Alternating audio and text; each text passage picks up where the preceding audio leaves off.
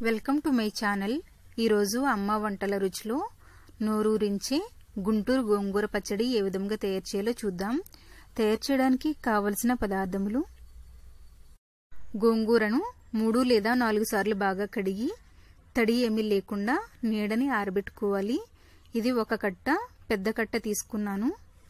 తరిగి పెట్టుకున్న ఉల్లిపాయ పెద్దది 1, నూనె అరకప్పు, ఆవాలు 1/2 టీ స్పూన్, జీలకర్ర 1/2 టీ స్పూన్, ఎండుమిరపకాయలు 4, జీలకర్ర పొడి 1 టీ స్పూన్, మెంతిపిండి 1/2 టీ స్పూన్, పసుపు చిటికెడు, కారం 2 టేబుల్ స్పూన్లు, వెల్లుల్లిపాయ రెబ్బలు 8 లేదా 10, ఉప్పు తగినంత, ఇంగువ చిటికెడు. ముందుగా ఒక చిన్న రోట్లో ఉల్లిపాయ ముక్కలను వేసుకోవాలి. తరువాత మెంతిపిండి, జీలకర్ర పొడి, కారం తగినంత కళ్ళుప్పు వేసుకొని దంచుకోవాలి. మరీ మెత్తగా కాకుండా కొంచెం కచ్చాపచ్చగా దంచుకోవాలి. కచ్చాపచ్చగా దంచుకోవడం వల్ల పచ్చడి టేస్టీగా ఉంటుంది.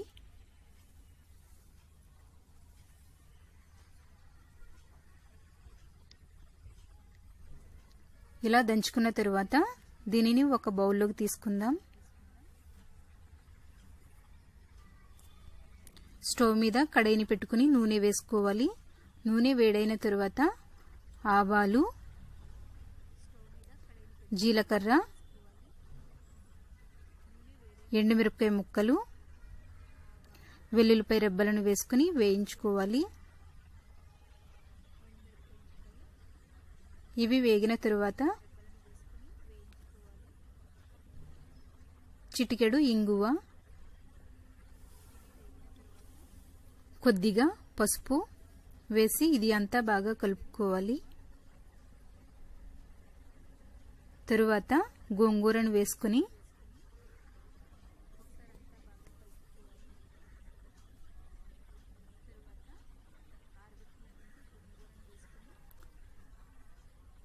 కలుపుతూ లో ఫ్లేమ్లో బాగా మగ్గించుకోవాలి.